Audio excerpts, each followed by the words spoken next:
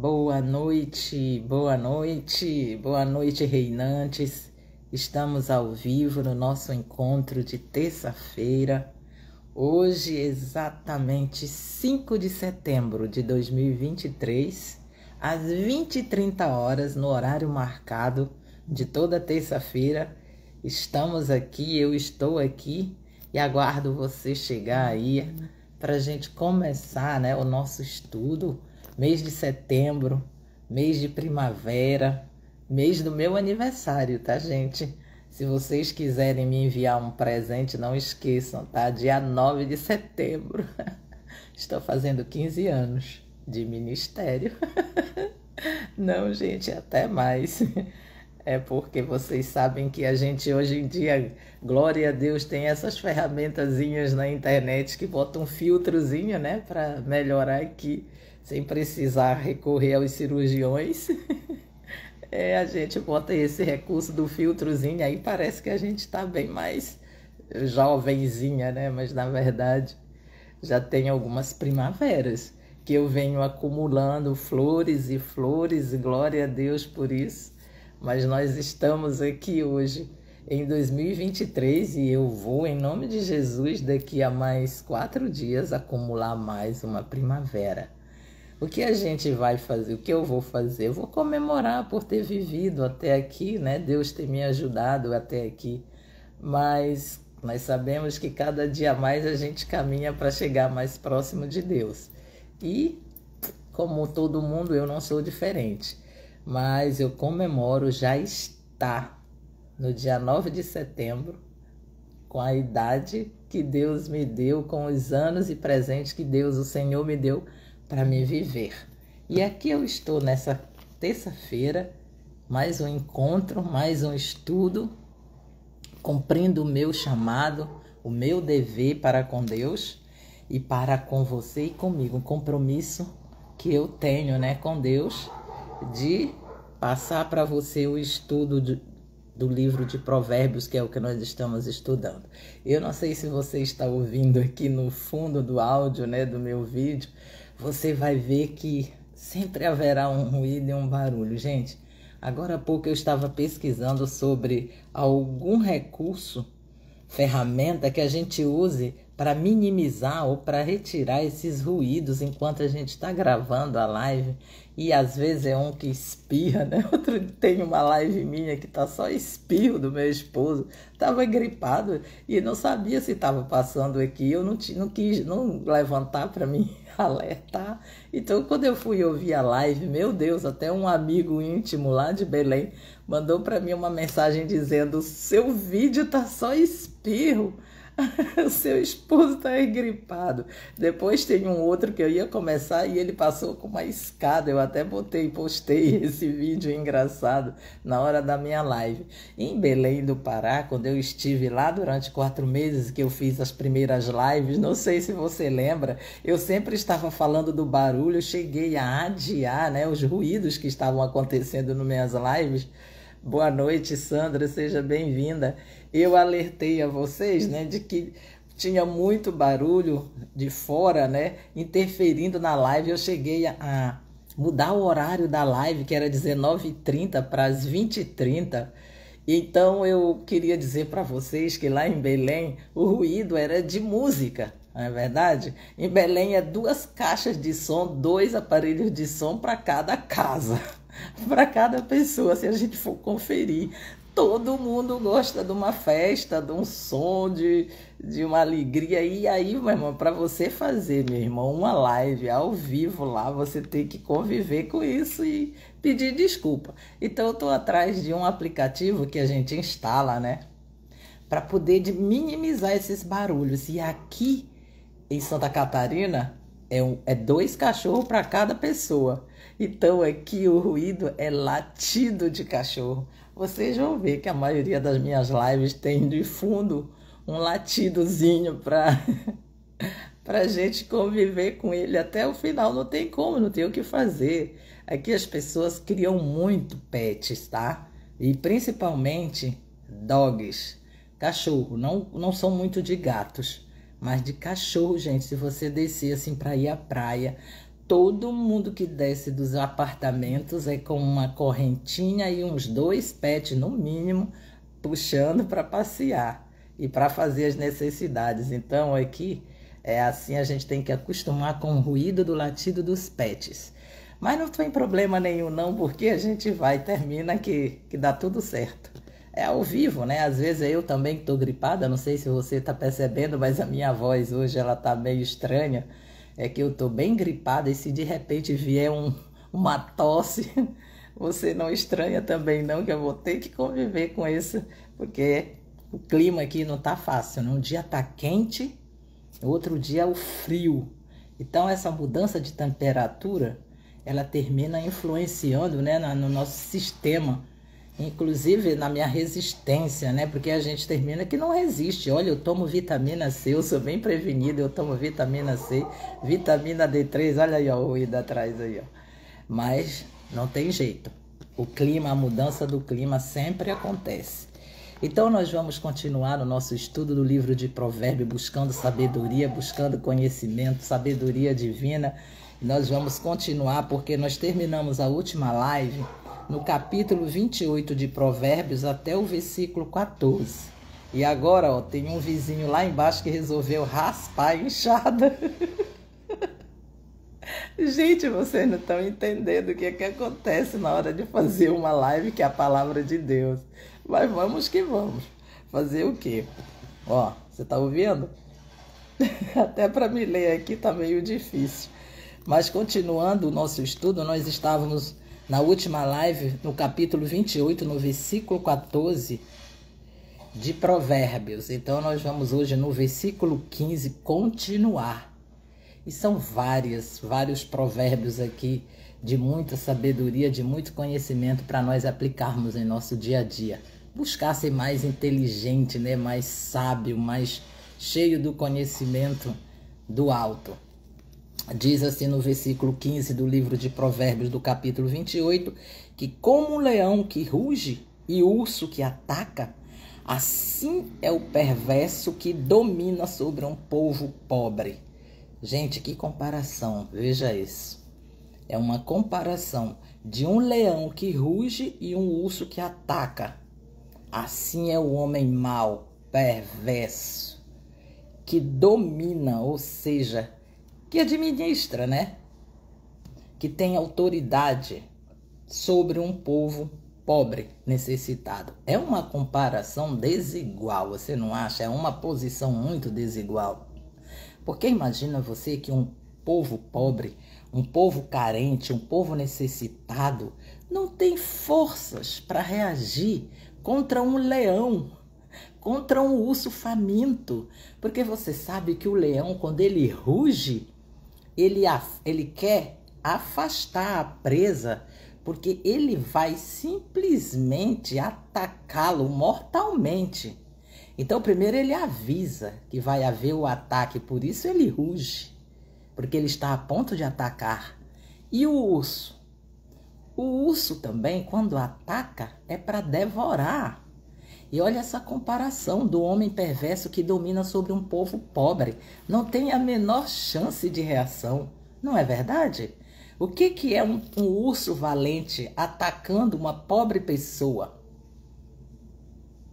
Coitado, não tem nem como reagir. Da mesma maneira, é um homem perverso que tem poder e autoridade para dominar sobre um povo carente.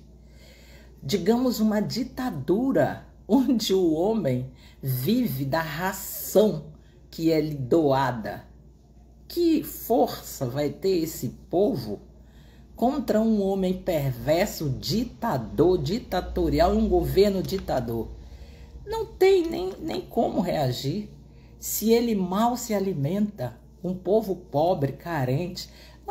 Nós já passamos por ditaduras, nós já entendemos bem o que é um povo humilde diante de um governante, de um governo corrupto, opressor.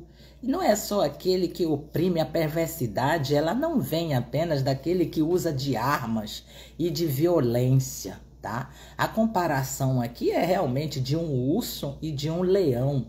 Porque pelo menos o urso e o leão, eles quando vão atacar, eles atacam visivelmente, você percebe que vai ser atacado. E um homem perverso, muitas vezes, ele oprime o povo aos poucos, lhe tirando os direitos, lhe tirando o direito de reagir, lhe impondo encargos e impostos exorbitantes. É assim que consegue, às vezes, dominar um perverso sobre um povo carente.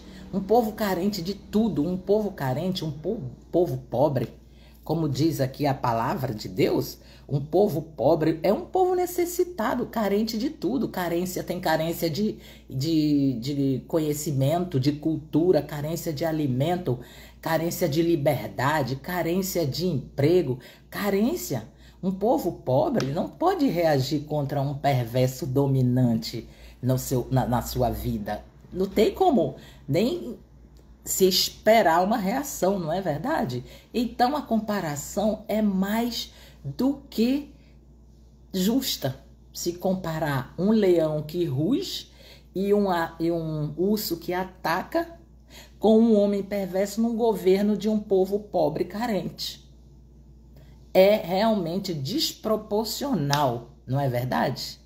É desproporcional a força que existe entre um e o outro. Espera-se alguma reação? Nenhuma. É a mesma coisa que estar dominado e não ter poder nenhum de reagir. E você sabe que isso pode acontecer, e nós conhecemos governos que são perversos, que agem dessa forma, como um leão e um urso, devora as pessoas. No mais importante de um ser humano, que é na sua integridade moral, de prover o seu próprio alimento, de prover a sua própria família, de não viver de esmolas. Sabe, a dignidade.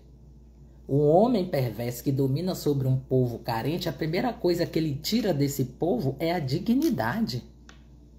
E é por isso que a comparação aqui é bem cabível, não é verdade? Espero que nós não tenhamos que conviver com esse tipo de governo, mas se tivermos, essa é a comparação que a palavra de Deus faz em relação a esse homem que está no governo, que domina um povo perversamente e um povo carente, humilde, pobre, necessitado. Você entende, né? No versículo 16, diz assim: o príncipe falto de inteligência multiplica as opressões, mas o que aborrece a avareza viverá muitos anos. Um príncipe falto de inteligência. Imagina, um governante tolo, um governante que não tem capacidade, um governante, aqui nós vamos ver o outro contraste. Ainda há pouco nós estávamos aqui no versículo anterior falando sobre um perverso no poder. Agora nós vamos ver um tolo no poder.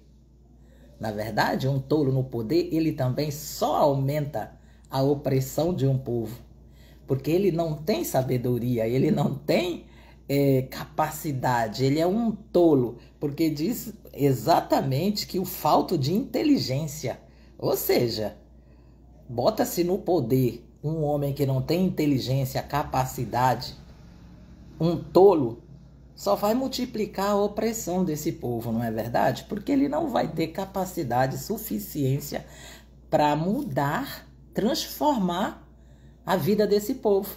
Então, termina que multiplica a opressão desse povo por falta do quê? De um homem capaz, de um homem experiente, de um príncipe inteligente no poder para administrar sobre esse povo. Da mesma maneira ele diz, mas o que aborrece a avareza viverá muitos anos. Aborrecer a avareza. Um governante que não busca os seus interesses próprios, que não é avarento, que não busca a ganância do poder e do dinheiro para o seu próprio benefício. Esse que não busca, multiplica, mais o que aborrece a avareza, não busca seus interesses, acumular riquezas para si, viverá muitos anos. Ainda bem que ele viverá muitos anos e se manterá muito mais tempo também no poder, você não acha? Por quê? Porque domina com equidade, com justiça e não com avareza. Porque o avarento é aquela pessoa que só busca acumular riquezas para si própria. Então, um homem que está dominando, que está no governo, tem autoridade sobre um povo, tem poder, e ele não busca os seus interesses próprios, ele viverá muito mais tempo, porque a palavra de Deus garante isso, que ele acumulará uma das recompensas, são os seus anos de vida. Por conta disso, acredito que por sua maneira justa de governar, se manterá muito mais tempo no poder. Isso é o que a palavra de Deus diz no versículo 16 sobre o príncipe falto de sobre o príncipe falto de inteligência e o que aborrece a avareza. O falto de inteligência aumenta a opressão e o que aborrece a avareza viverá muitos anos. No versículo 17 diz: o homem carregado do sangue de outrem fugirá até a cova, ninguém o detenha. Aqui vai se falar do homem, olha, veja, o homem carregado do sangue de outrem significa o homem assassino, o homem que tira a vida de outro homem, do seu semelhante. O que acontece com ele? Fugirá até a cova. Atormentado que fica uma pessoa dessa, que ela sempre se sentirá perseguida, não é verdade? Pela própria culpa, pelo próprio peso da culpa em si mesmo, ele vai viver fugindo até a morte. Significa até a cova, até o dia que ele viver na terra, ele será um homem perseguido pela sua própria consciência. E nós vimos em um outro versículo no capítulo aqui anterior, né, aqui mesmo, que ele foge até mesmo quando não tem ninguém o perseguindo, porque a sua própria consciência de ter tirado a vida, de carregar sobre si o sangue e a vida de uma outra pessoa, isso fará com que a vida inteira ele fuja ou da justiça do homem, mas não poderá nunca e jamais fugir da justiça de Deus. Porque diz aqui que ele fugirá até a cova, ele mesmo cairá nela. Até o dia da vida dele, o último dia, ele será como um fugitivo. Se ele não fugir, ainda diz mais assim, que ninguém o detenha, ou seja, que ninguém o proteja. Se você ver e você está na condição de poder ajudar alguém que com as mãos sujas de sangue, diz aqui, ó, carregado do sangue de outra pessoa, um assassino, você o ajudar, você o deter, ele significa protegê-lo, você estará cometendo um grave erro, porque diz que Deus diz que ninguém o detenha. Deixa ele cair na cova, deixa ele receber a justa punição pelo seu erro e pelo seu pecado. Ou seja, se você o protege, pode ser que ele não tenha o arrependimento devido, porque está sob proteção de alguém. E se você o deter o caminho dele até a cova, se você o ajudar, você estará conivente com aquele que está carregado do sangue de outra pessoa, o assassino. Então, isso é um conselho para quem encontra uma pessoa nesta condição e procura ocultar juntamente com ele o seu erro, o seu crime. Não é só um erro, não é só um pecado, é um pecado diante de Deus e dos homens, um crime grave. É você tirar a vida de outro ser humano. Eu não estou dizendo aqui que a Bíblia diz que não há perdão. Não estou falando sobre isso. Estou falando em Provérbios que sobre isso diz que ele fugirá até a cova e que ninguém o detenha. Deixa ele ir. Ou seja, não o proteja, não o guarde, deixa ele caminhar em direção à justiça que ele merece.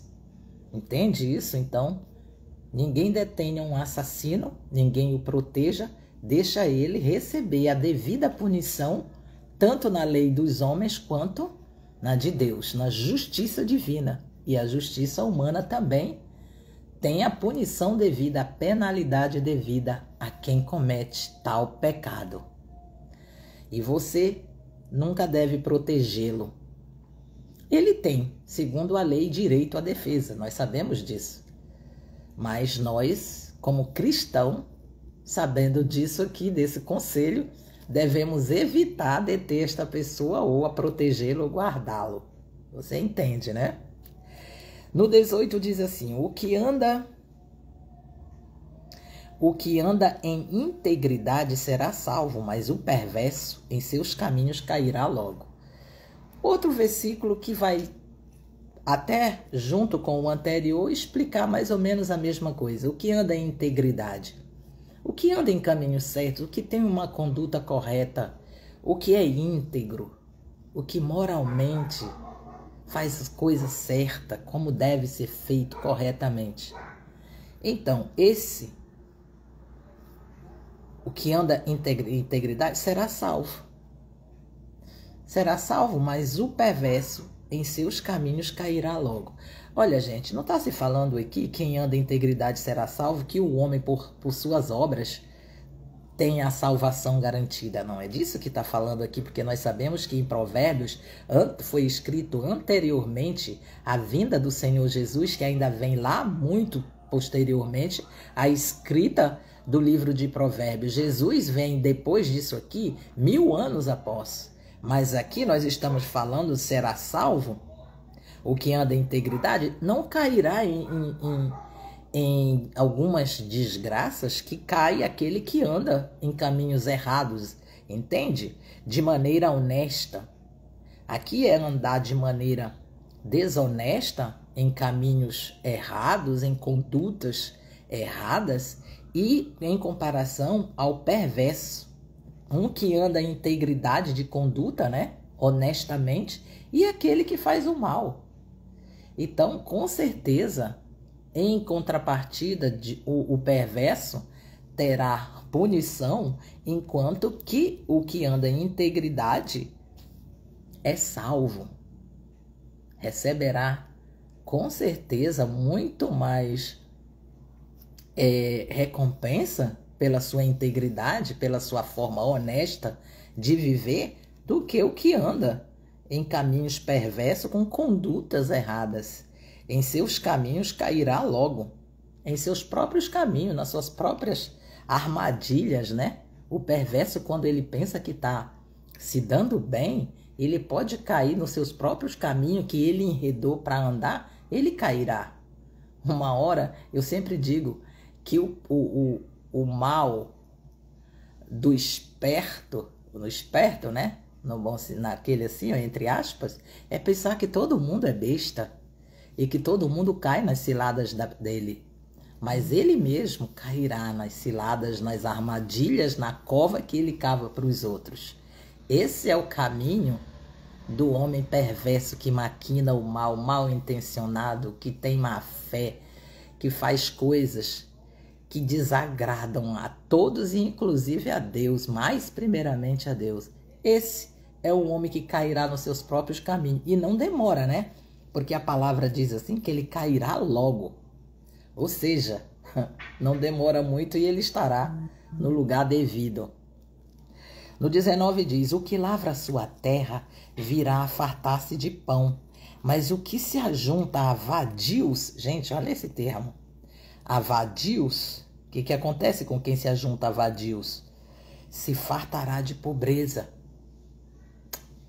Quem será que esse Provérbios nos faz lembrar ou nos alertar no mundo atual, nessa geração atual? Quer dizer, eu estou nessa geração, nasci em uma, mas graças a Deus eu estou transitando, né, por várias gerações. Eu venho de uma geração, passei já por uma, nos anos 60, 70, 80 e vem. Estou no século 21, não é verdade? Então, gente, já passei algumas gerações e posso perceber que a geração atual tem muito para ouvir esse conselho. Sabe por quê? Porque hoje as pessoas não querem mais trabalhar pesado. Aqui está falando em lavrar a terra, virá fartar-se de pão. Mas por que fala aqui de lavrar a terra? Porque nessa época, o que mais se fazia para conquistar riquezas e o que mais se trabalhava para conquistar riquezas era a agricultura, o agronegócio, certo? Era a agricultura e a pecuária. Se criava muitos animais e se plantava. Tanto que se fala de pão porque se plantava o trigo. Desculpa. Então, aquele que lavrava a terra com o suor do seu rosto e trabalhava bastante, o que diz aqui, o que aconteceria com ele é que ele ia se fartar de pão. Ele ia ter o quê? Prosperidade, riqueza, comida nos seus armários, na verdade, nos seus celeiros, porque a riqueza era acumulada em celeiros. Sempre a Bíblia fala de celeiros, por causa do quê? Do trigo, né? Dos grãos que eram muito utilizados. Mas hoje, comparando, o que nós temos hoje? Nós não temos mais, as pessoas não querem mais trabalhar duramente. O que as pessoas hoje em dia pregam na internet? É uma busca de riqueza fácil. E você sabe que tem muita gente vadia que não quer trabalhar. E tem muita gente perversa usando das ferramentas da internet para iludir pessoas que não estão muito afim de fazer nada muito pesado e nem de ser empregado e quer ganhar dinheiro fácil. E o que está acontecendo nessa geração? Que é uma geração que quer tudo muito mais simples e fácil. Ninguém quer lavrar a terra, ninguém quer ter mais trabalho. Nessa geração, é difícil você ver alguém dizendo: não, eu estou fazendo um curso, são poucos, para me lavrar a terra, para me aprender. Não, e quando eles aprendem alguma, hoje a geração, quando aprende alguma coisa, quer ensinar na internet para poder ser mais fácil até, não é verdade? O que nós vemos são muitas ofertas de riqueza rápida. E o que nós temos visto? Muito golpe.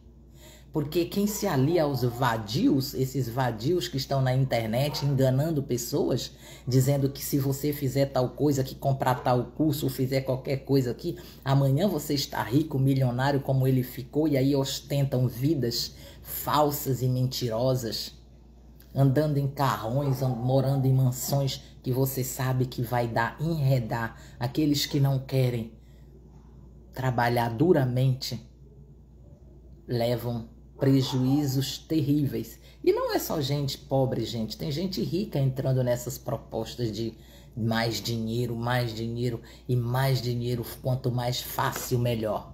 Que digo os aplicadores de Bitcoin por aí, desses golpes. Não estou dizendo que essa moeda é algo que tudo é golpe. Não é. Mas por que a palavra de Deus diz, olha, o que lavra a sua terra virá a fartar-se de pão. Ou seja, aquele que cuida da sua vida financeira com o suor do seu trabalho vai se fartar de pão. Ou seja, terá fartura, terá abundância, terá prosperidade e mais ainda, abençoado por Deus, do que aquele que se une a vadios, ou seja, pessoas preguiçosas, ociosas, que querem dinheiro fácil e propõem a outros também e sai por aí enganando pessoas. Nós estamos cansados de ver. Então, esses que se ajuntam aos vadios se fartará do quê? De pobreza. Porque mal sabem eles que até o que ele não tem lhe será tirado. Porque os vadios não querem dar duro, não querem trabalhar. Que diga aí na internet o golpe do amor, né? O estelionato do amor, até isso já tem. Porque os vadios enganam pessoas que estão até às vezes de boa fé, às vezes carentes, por razões que sejam.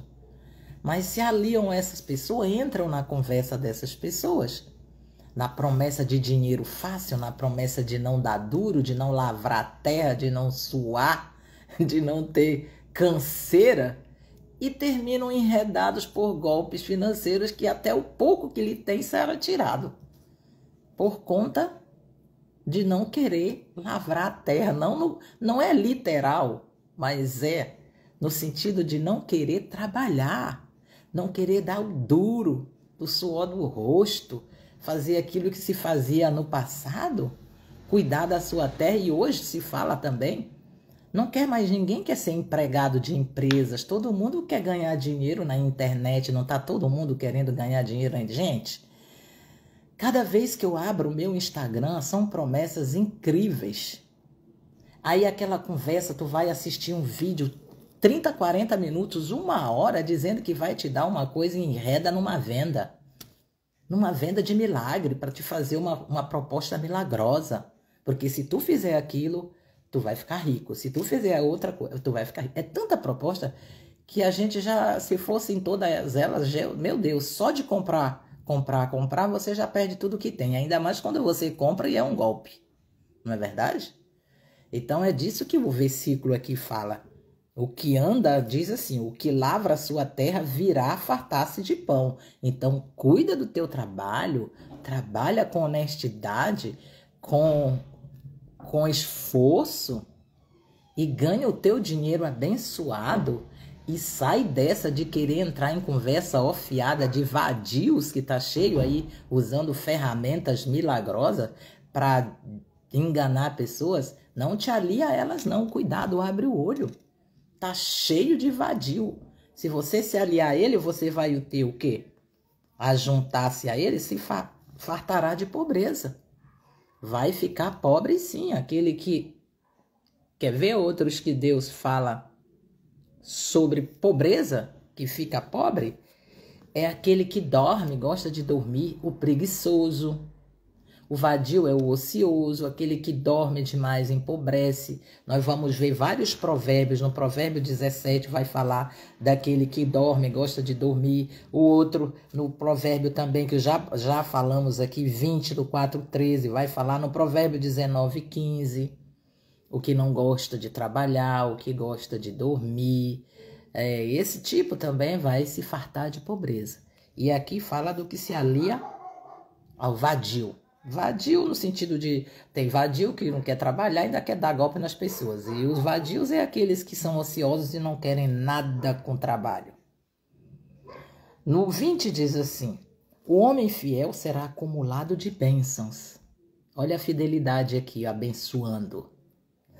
E vamos ver a fidelidade em várias áreas. Não está falando aqui da fidelidade unicamente nos relacionamentos. Olha, o homem fiel será acumulado de bênção, mas o que se apressa a enriquecer não passará sem castigo.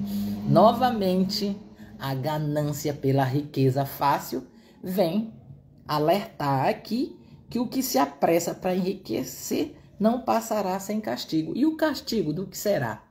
O castigo da pobreza.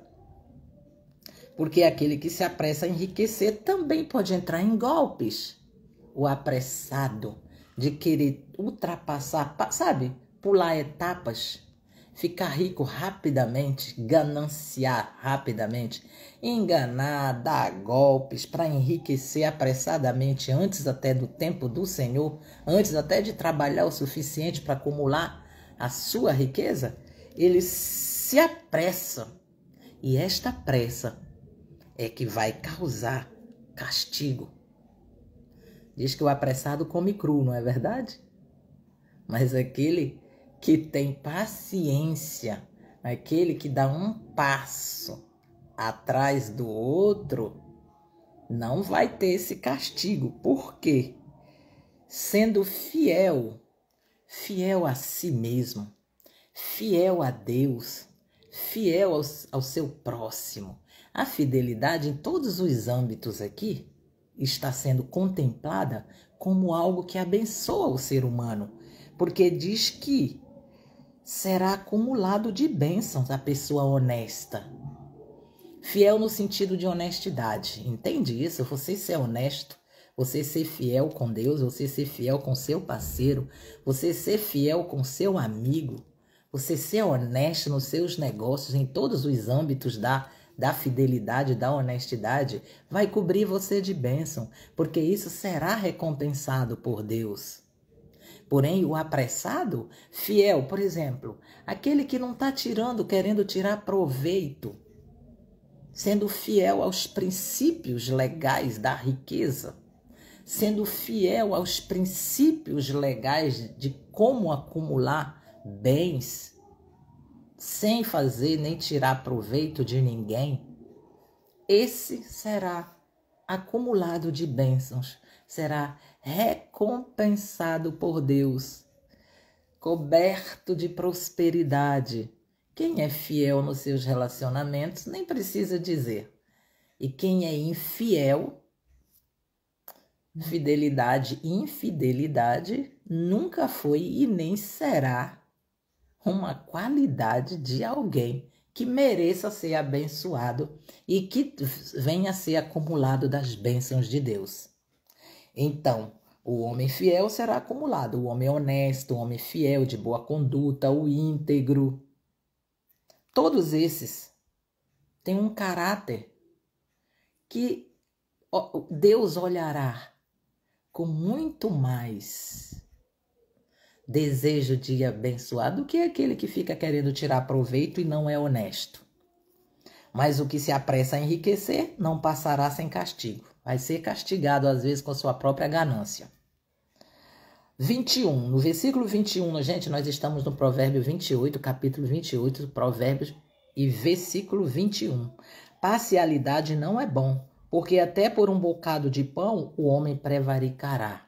Olha só, parcialidade não é bom. Por quê?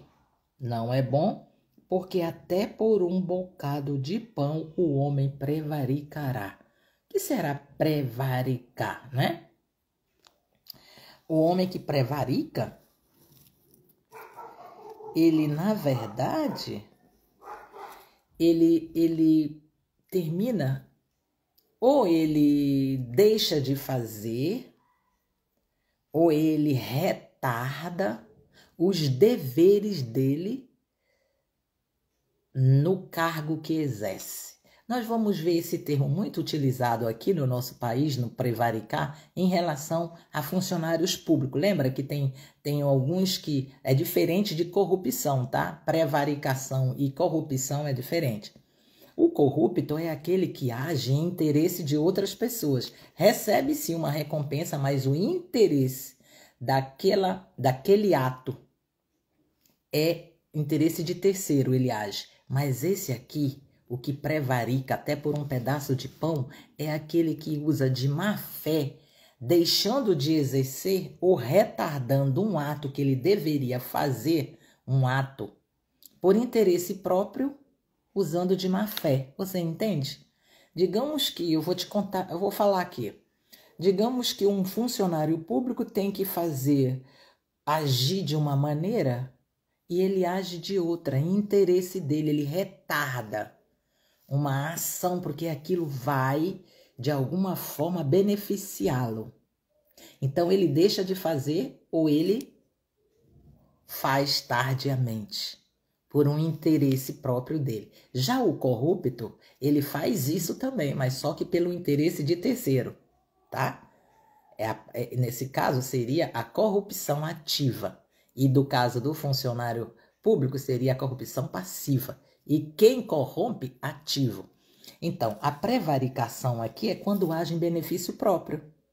Por até um pedaço de pão, diz assim, ó, parcialidade não é bom. Por quê? Porque ele é parcial. Nesse momento em que ele age em benefício próprio, ele está sendo parcial. Está beneficiando a ele. E isso é prevaricar. Então, não é bom. Deus só diz aqui que não é bom, e não é mesmo, porque toda vez que você é parcial ou quando alguém está na posição de decidir e é parcial beneficiando alguém em detrimento de outro, está prejudicando alguém que tem um direito em favor de quem não tem. Então, isso não é bom. De qualquer maneira, ser imparcial é que é o correto. Aquele que tem, no 22 diz, aquele que tem olhos invejosos corre atrás das riquezas, mas não sabe que há de vir sobre ele a penúria. Novamente, a pessoa que tem olhos invejosos correrá atrás das riquezas, mas não sabe que há de vir sobre ele a penúria, a pobreza, né? A penúria, a pobreza, a miséria, a escassez, para quem tem olhos invejosos. Você sabe que o invejoso, ele quer aquilo que ele não tem por direito, né? Ele quer, ele tem um olhar de gananciar, de invejar o que o outro tem. É sempre quem inveja, é sempre alguém que tem menos, porque você não vê um rico invejando quem tem menos do que ele, não é verdade? Sempre será alguém que tem algo inferior àquele que ele está invejando. Então, aquele que tem olhos invejosos correrá atrás das riquezas, por motivo de inveja. Vou exemplificar. Eu ouvi alguém dizer que inveja é boa, tem inveja que é boa. Você sabe, né, que você já teve pessoas assim na sua vida, que tudo que você compra, quando você vê no dia seguinte, você adquire, aquela pessoa tá com um igual? Você já viu isso? Então as pessoas, eu já ouvi palestra de gente importante dizendo que esse tipo de inveja é boa, porque a pessoa corre atrás de adquiri-la. Aquilo mesmo que o outro tem, ele corre atrás e ainda diz assim: eu não aceito menos que isso. Mas pelo menos essa pessoa está indo atrás. Então, por isso diz que essa inveja é uma inveja branca, né? Uma inveja boa. Porque quando ela vê você com aquele carro que você terminou de comprar, amanhã ele está indo correndo atrás de riqueza e vai comprar um carro igual ao seu. Pelo menos não ficou com o seu, na verdade. Então, por isso diz que é uma boa inveja, porque aqui está falando que essa pessoa corre atrás da riqueza. Ó. Aquele que tem olhos invejosos corre atrás das riquezas, mas não sabe que há de vir sobre ele a penúria. Mas aqui Deus não está dizendo que quem faz isso, corre atrás das riquezas por inveja, que ele vai ter algum fim, alguma coisa boa. Muito pelo contrário. Ele não sabe que vem sobre ele é a penúria, a escassez. Aí ele não vai se dar muito bem, porque ele está fazendo aquilo com uma motivação errada. Uma coisa é muita gente olhar que você está fazendo algo certo, mas para Deus, eu quero lhe explicar uma coisa. Para Deus, qual a motivação, o porquê de você estar fazendo? Para o outro, para aquele que está dizendo que essa inveja é boa, por que ele está falando isso? Porque ele vê a sua atitude externa, o que você está externando, não é verdade? Mas Deus está vendo a sua motivação. Qual a motivação do seu coração para você estar correndo atrás daquilo? É o porquê que Deus olha. Não o que você está fazendo, mas o porquê está fazendo.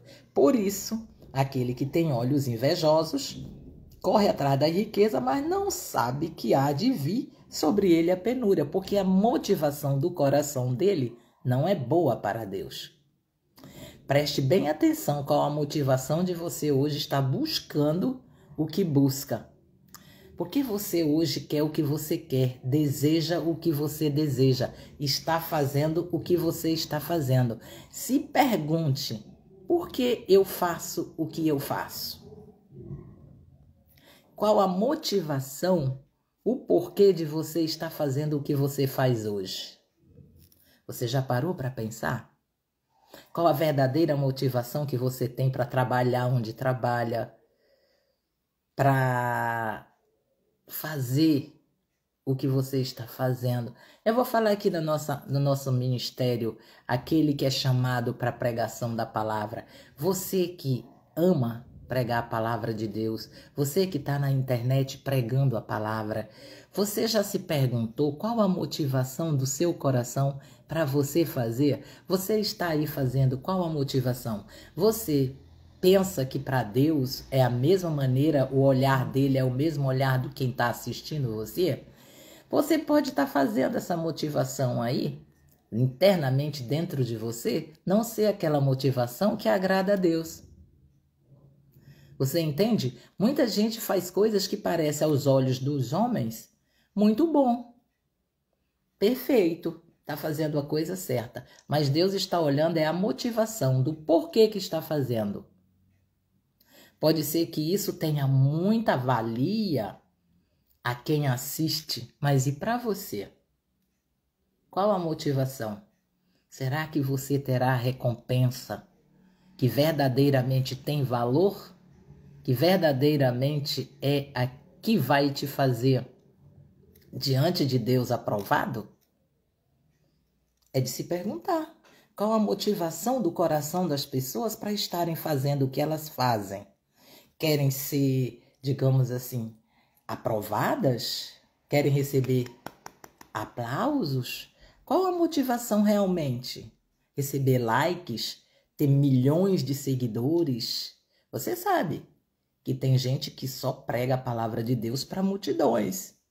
Se disser que tem que falar para uma pessoa e que o vídeo não atingiu milhões de pessoas, fica entristecido. Porque não teve 1.200, sei lá, 100 mil likes e não teve aquilo que esperava, ou não recebeu o retorno financeiro que o YouTuber não pagou, ou o Instagram, ou seja lá qual é o meio, que eu não sei como é que funciona, tá? É disso que se está falando. Qual a motivação disso? Certo? Qual a motivação de correr atrás, de estar fazendo o que faz? É bom se perguntar. Porque aquele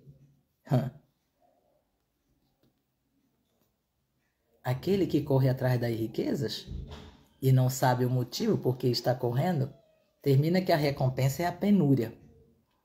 Vamos continuar, porque ainda tem muita coisa e eu quero terminar no horário, eu espero que dê tempo. O que repreende ao homem achará depois mais favor do que aquele que lisonjeia com a língua. Tá bom, aquele que repreende alguém que está fazendo algo, porque repreender, quando você repreende alguém, dá a entender de que essa pessoa não está fazendo aquilo que deveria, né? Aos olhos de Deus ou aos olhos dos homens mesmo, ele não está agindo dentro daquela conduta esperada. Então você que o repreende, receberá muito mais lá mais tarde o favor do que aquele que lisonjeia, ou só aquele que elogia. Tá entendendo? Ele receberá muito mais favor o que repreende o homem do que aquele que só elogia. Porque tem gente que gosta de elogiar, acha que está agradando, elogiando, mas quando na verdade deveria repreender. Lembra que a gente falou aqui que aquele que se alia ao perverso, que bate palmas, que dá honra ao perverso, esse aos olhos de Deus vai receber a recompensa que merece, não é verdade? Porque o que você deve fazer é repreendê-lo. E aqui está claramente dizendo: o que repreende ao homem achará depois ou mais tarde, não no momento, às vezes não é no momento a recompensa, o favor de Deus. Aqui está falando depois mais favor do que aquele que lisonjeia com a língua. Lisonjeia, ou seja, elogia.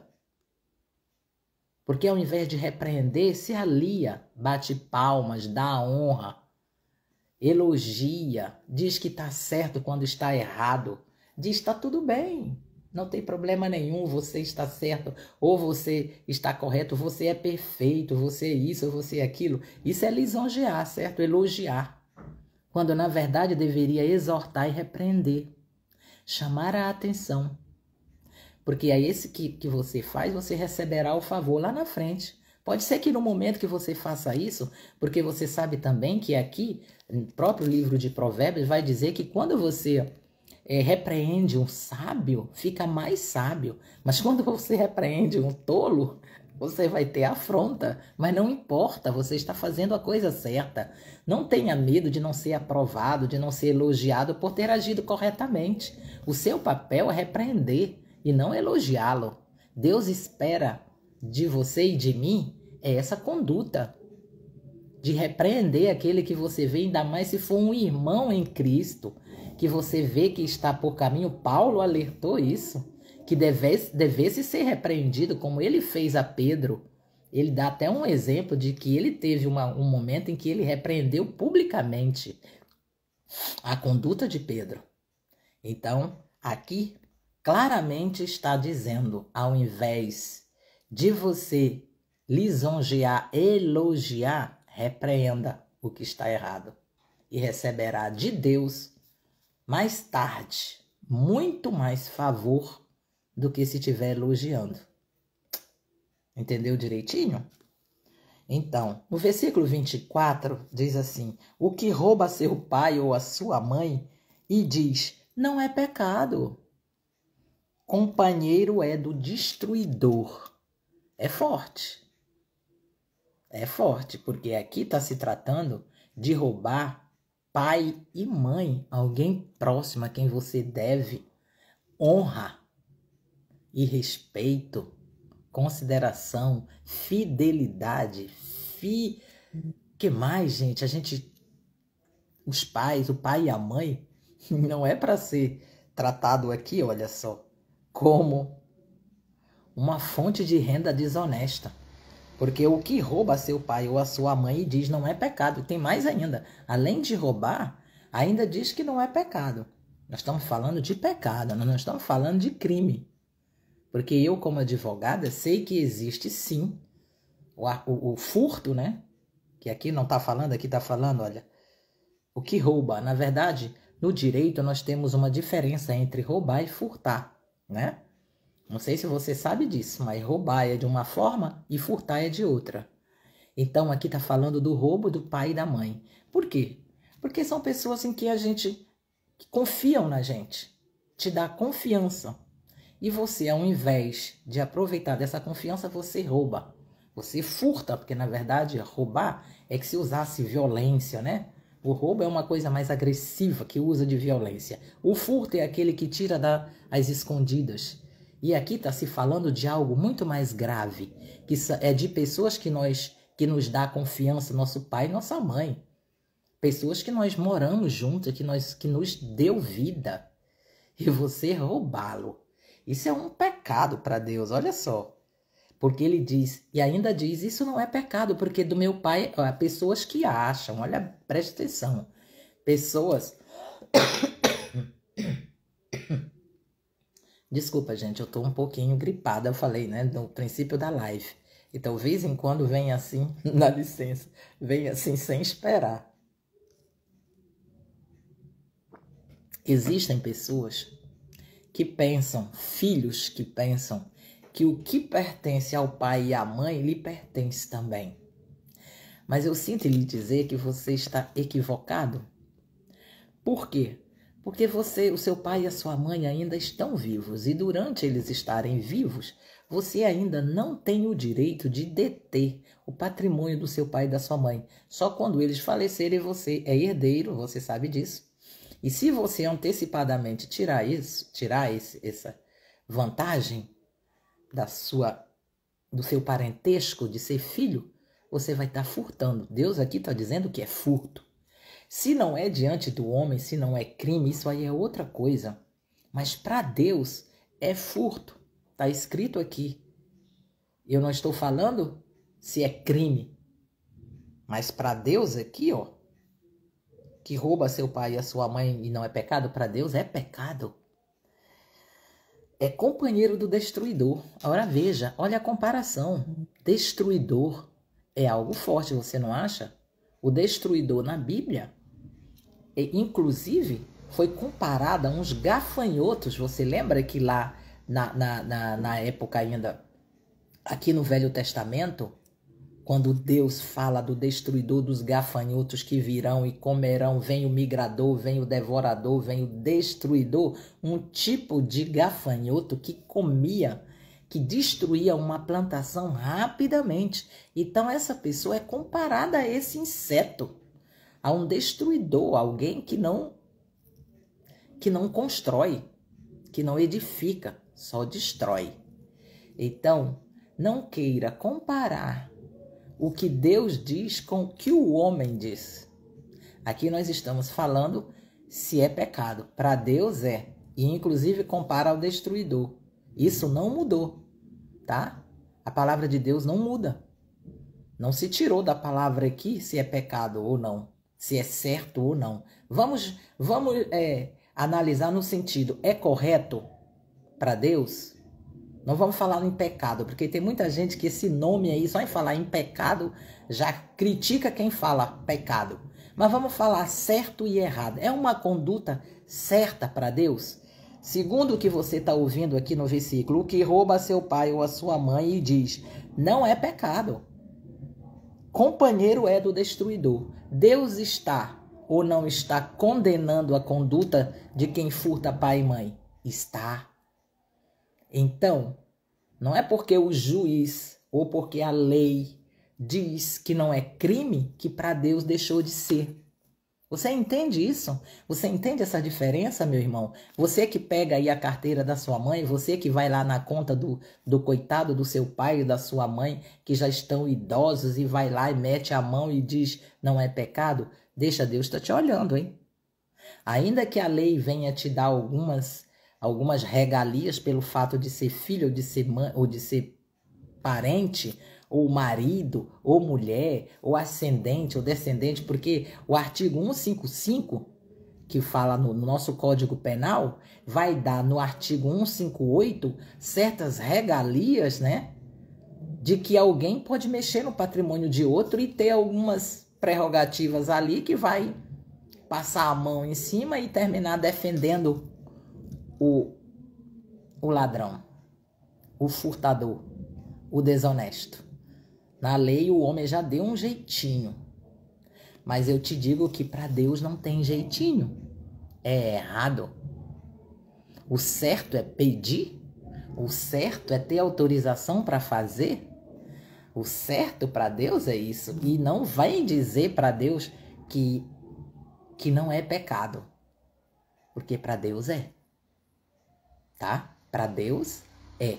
Nós não estamos tratando aqui da lei do homem, e eu sei muito bem que o direito brasileiro, em boa parte, foi quase todo ele proveniente do direito romano. E o direito romano nós sabemos que leva em consideração o Antigo Testamento, a lei, muita coisa nós vamos ver no Velho Testamento, lá na lei de Moisés, na lei, Deus que está, o nosso direito está realmente baseado. Mas os homens já deram muito jeitinho. E agora mesmo, quanto à Bíblia, vai ter mais jeitinhos aí para mudar a palavra de Deus. Mas para Deus, a palavra dele não muda. E não tem jeitinho de lei não, tá? Feita por homens que vai mudar os critérios de Deus. Os critérios de Deus são uns e os dos homens são outros. Na balança de Deus não tem dois pesos e duas medidas. Na balança de Deus só tem um peso e uma medida. Não pode ser balança enganosa. Na balança de Deus não tem parágrafo que vai dar objeções ou exceções. Não há exceção. Na balança de Deus só existe certo e errado. Entendeu? Não tem meio termo. Não tem circunstância agravante, não tem circunstância minorante. Não é igual o direito do homem que já deu muito jeitinho aí para tirar da culpa de alguém que comete errado. Estamos falando da palavra de Deus. Então, continuando, gente, 24, o que rouba o seu pai, nós vamos para o 25. O cobiçoso levanta contendas, mas o que confia no Senhor prosperará. O cobiçoso sempre vai estar cheio, arrumando confusão, porque ele cobiça as coisas, é ganancioso, ele vai cobiçar, vai terminar encontrando problemas, contendas, brigas e até jurídicas, né? Até judicial. Então, porque ele é cobiçoso, levanta contendas, arruma problemas. Mas o que confia no Senhor prosperará. Aquele que não corre atrás de riqueza desesperadamente, não cobiça muitas coisas, espera no Senhor, tem paciência, é longânimo e tem confiança em Deus, este não arruma contendas. E o que acontece? Prospera. Você viu que no versículo anterior aqui falamos de pessoas que se apressam em ficar ricas e terminam caindo em penúria e até em calotes? Então, aqui, em contrapartida, o que confia no Senhor prospera. Quando você for fazer algo, ainda que você acha que aquilo ali não faz muito sentido, não vai dar muito, confia em Deus. E não confia muito nas propostas humanas. Abre o olho, porque o homem que confia na força do seu braço, diz, o homem que confia não é em outro homem, quem confia no homem, confia até em si mesmo. Mas vai falar aqui, ó, do coração enganoso, tá? Então, aquele que cobiça, olha mal, o cobiçoso levanta contenda, arruma problemas, muitos problemas. Mas aquele que confia no Senhor e vai no passo a passo da sua vida normal, não se apressa em correr e chegar antes do tempo, não se apressa em conseguir atalhos, não se apressa em cobiçar coisas demais para ele não dar conta, esse que confia em Deus, ainda com o pouco, tem contentamento, não é cobiçoso, não é invejoso, não é ambicioso, cheio de ambições, de ganância. Esse que confia no Senhor, ele vai prosperar, porque ele espera o tempo de Deus, ele sabe discernir, ter um entendimento. Esses conselhos aqui é exatamente para isso, para que você saiba o que te vai levar para o caminho certo, o que te vai levar para a prosperidade que tantos hoje pregam. Você vê que as igrejas estão pregando, estão falando sobre prosperidade exacerbadamente. Você abre a internet, é só oferta de enriquecimento. E isso está tirando a atenção do homem para o que é certo diante de Deus. Até mesmo do cristão. Porque nessa ganância, nessa ambição, nessa cobiça de muito, termina que não há contentamento com o que já se tem. Só se olha para aquilo que ainda não se tem. E não se vê aquilo que já chegou, aqui já está em suas mãos. É isso aqui o cobiçoso. Ele sempre está cobiçando o que ele ainda não tem, mas não olha para o que já tem. E aí ele arruma contenda, problemas, só problema. E depois não prospera, porque não confia no Senhor. Confia, sabe em quem confia? Confia no dinheiro. É isso. Confia nas riquezas. É isso. Confia nas operações financeiras. Confia, digamos, nas campanhas que as igrejas fazem.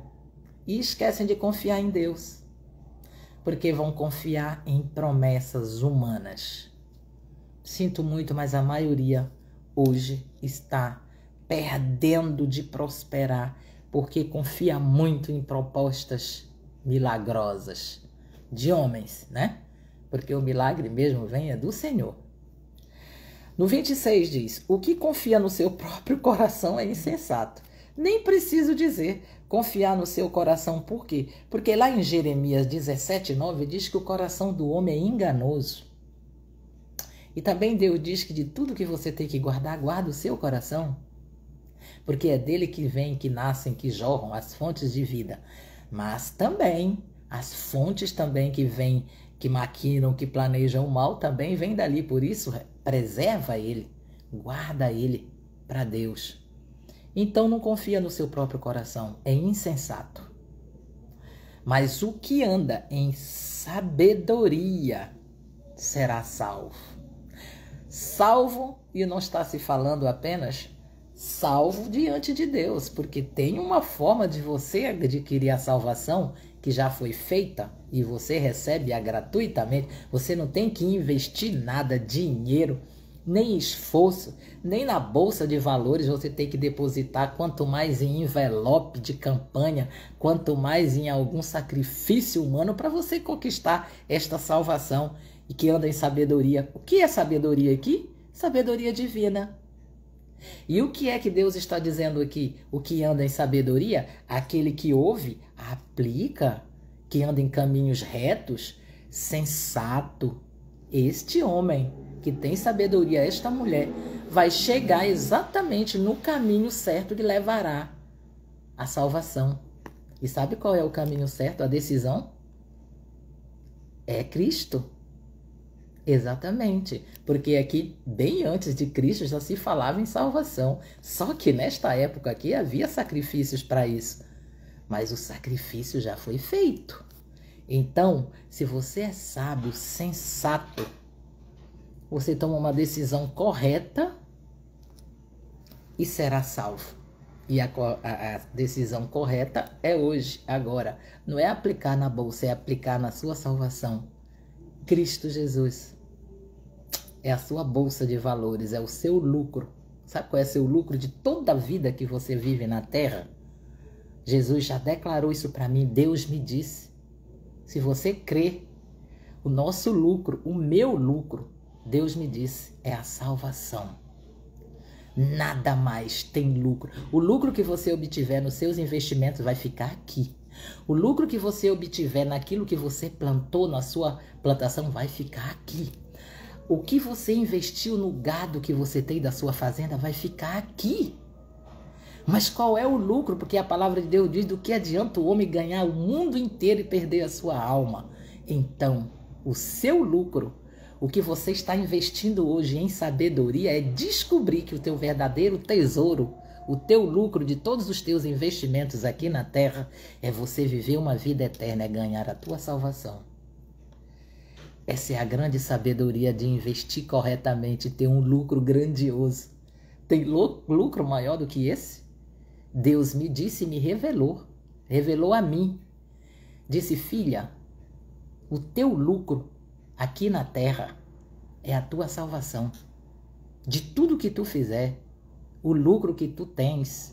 Não me pergunta qual o teu lucro, porque o teu lucro é só um, é a salvação.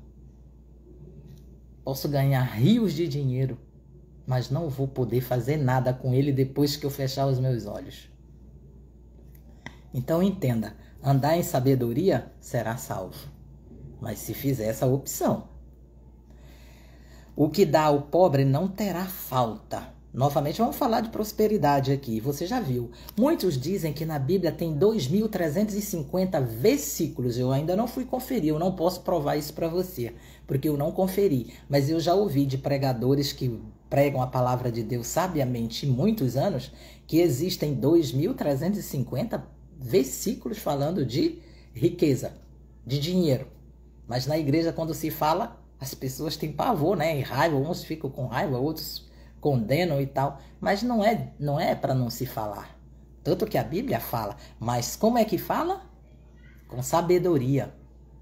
Aqui não se fala da maneira que se fala no mundo sobre riqueza. A palavra de Deus mais adverte sobre as riquezas do que incentiva você inadvertidamente ou perversamente a enriquecer. Aqui Deus fala da maneira certa e adverte para não cometer os erros da prosperidade e do enriquecimento errado. Você entende? Deus não quer que você seja próspero? Não é verdade, Deus quer. Deus quer que você tenha riquezas? Deus quer, mas da maneira certa e correta. Mas o lucro de tudo isso, eu terminei de dizer, se você tiver tudo isso, mas não tiver a tua salvação, o lucro devido você não conquistou. Esta é a verdade, eu não posso mentir para você. Se você enriquecer aqui na terra a ponto de você ter tanta riqueza que você não dê conta de gastar durante essa tua breve vida e vai ficar para os teus herdeiros, sabe Deus até para quem? E não levar, e não guardar o tesouro mais precioso que é a tua alma, a Cristo, sinto muito, você entesourou erroneamente, equivocadamente. Continuando, diz: o que dá ao pobre não terá falta, mas o que dele esconde os olhos será acumulado de maldições. Deus já disse, inclusive em Provérbios 19:17, que aquele que se compadece do pobre receberá de Deus o benefício. Então, gente, essa é uma matemática que não existe em nenhum mercado financeiro aqui na Terra. Essa matemática é de Deus, tá? Se você der, quanto mais você doar aos pobres, aos necessitados, mais o que te pertence receberá o benefício da prosperidade. Essa é uma matemática que não é a contabilidade humana, essa é a contabilidade de Deus. Você entende isso? Essa regra econômica é bíblica. Quanto mais se dá, mais se recebe. Você já prestou atenção? Ainda mais ao pobre, ao necessitado, àquele que precisa. Não esconde o teu olhar dele. Se alguém está precisando de algo e você esconde ou diz, não, eu vou guardar isso aqui porque se eu der eu vou ficar mais pobre ainda. Se eu distribuir o que é meu aos pobres, eu vou ficar mais pobre ainda. Não é verdade. Para Deus, você receberá benefícios. E essa é uma das regras matemáticas bíblicas do enriquecimento, da prosperidade. Por incrível que pareça, olha só, a mão de Deus é a contramão do homem. A contabilidade humana é dando, diminui. De Deus é dando, que aumenta. Essa é a forma de enriquecer para Deus. Enriquecer na terra para viver com abundância. Mas se não fizer, gente, seja contente, contentamento com aquilo que Deus te dá. Porque Deus não vai dar, gente, a proporção que dá para um, dá para o outro. Presta atenção, lá na parábola dos talentos, você lembra? Deus dá em conformidade com a capacidade de cada um. Se Deus te deu isso aí que você tem, é segundo a sua capacidade. Aí você vai dizer, não, mas eu tenho muito mais capacidade do que eu agora adquiri, de coisas que eu já adquiri. Não é verdade. Não é verdade. Aumenta, então, a tua capacidade, os teus talentos, as tuas habilidades e acumularás. E uma das formas é a capacidade de doar, dividir. Não é só de somar e multiplicar, dividir. Essa é a forma de Deus. No último versículo, no 28, diz assim, olha assim, mas o que ele esconde os olhos será acumulado de maldições. Você vê, né? Que Deus está falando, aquele que deixa de ajudar o pobre, além de não enriquecer, ó, de não receber os benefícios, esconder os olhos, será acumulado de maldições. Eu não sei quais são essas maldições, mas Deus sabe. Então, é bom não arriscar de deixar de ajudar aquele que bate à sua porta e lhe solicita um pão. Aquele que bate à sua porta, na janela do seu carro, e lhe pede um valor. Eu não estou falando do drogado, do que vai se drogar, eu estou falando do pobre, porque aqui na Bíblia se trata do pobre. Entende? As maldições de Deus sobre esse que fecha os olhos, esconde os olhos, será acumulada. E não só uma. Veja que não é uma. Diz aqui que é acumulada, ou seja, são várias. No 28, terminando aqui o nosso estudo, quando sobem os perversos, os homens se escondem, mas quando eles perecem, os justos se multiplicam. É mais do que certo, quando um homem perverso, mau, sobe ao governo, aqueles que estão abaixo, que ele sabe que vai sofrer alguma repreensão, vai se esconder. Você já viu, né? Que há pouco tempo nós vimos isso no nosso país. Que tem pessoas que, olha aqui, ó, que sobem ao governo e perseguem outras pessoas. Se justamente ou injustamente, não sei. Deus é que sabe. Mas os homens se escondem. Tem gente que se esconde. Mas quando eles perecem, os justos se multiplicam. É claro, quando um homem desses que está no poder e autoridade de botar, de mandar e desmandar e persegue pessoas e buscam pessoas para jogar nas prisões por motivos, seja justo ou não seja, mas principalmente injusto, as pessoas vão se esconder. As pessoas vão temer. Mas quando ele perece, porque naquela época os governantes só saíam do poder, na época aqui, porque pela hereditariedade, pela morte. Aí vinha um filho, lembra? Um príncipe, depois vinha um rei, aí virava rei, o filho era príncipe, depois quando morria virava rei. Então era uma sequência de família, a mesma família todo o tempo no poder. Mas quando morria, você lembra de Jesus? Jesus era perseguido, mas quando Herodes morreu lá na época dele, aí ele teve, o José com a Maria pôde voltar para sua terra porque estavam sendo perseguidos. É bem por aí. É só você pegar o exemplo de Jesus, menino, quando nasceu, perseguido, e demorou um tempo, quando Herodes morreu, a notícia correu e Jesus e José com Maria voltaram para sua terra, onde já sabiam que aquele perverso que estava no governo havia perecido, havia morrido. É bem por aí, tá? Então, governos perverso, povo escondido.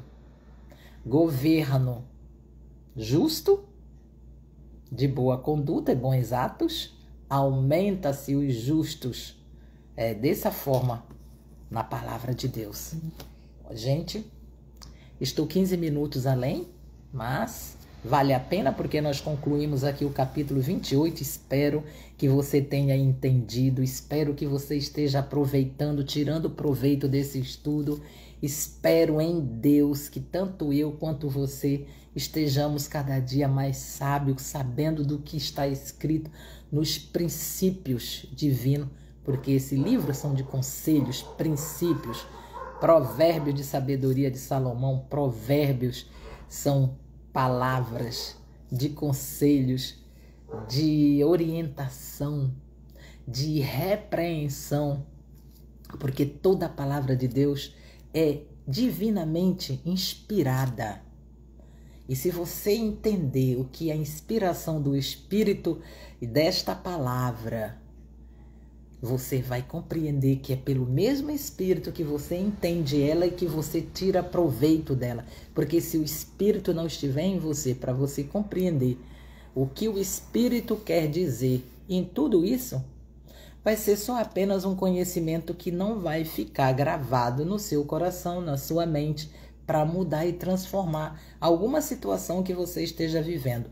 E não será por falta de alerta, não é verdade? Porque isso aqui são muitos alertas, muita assim para a gente abrir os olhos diante de Deus. E até mesmo aqui tem condutas que são para diante do próximo, do homem, para você agir de forma correta, honesta, justa. Aqui é um manual divinamente inspirado para te direcionar, te guiar. É um guia, tá bom?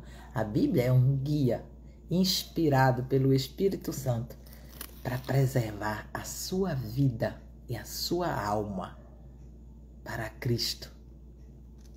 E eu me despeço nessa terça-feira. Daqui a 4 dias é sábado, é o meu aniversário. Ore, eu só quero que você faça uma oração e peça a Deus para me dar. Eu não vou pedir longa vida, não. Eu vou fazer como Salomão, mais sabedoria, para mim passar estudos e para mim aprender mais e para mim estar aqui com você por mais tempo. Ok? Esse é um grande presente, uma oração de um justo. A palavra de Deus diz que tem muito efeito. E eu creio nos efeitos da sua oração para o meu bem. Uma boa noite, que Deus abençoe. Até a próxima live na quinta-feira. Beijo no seu coração.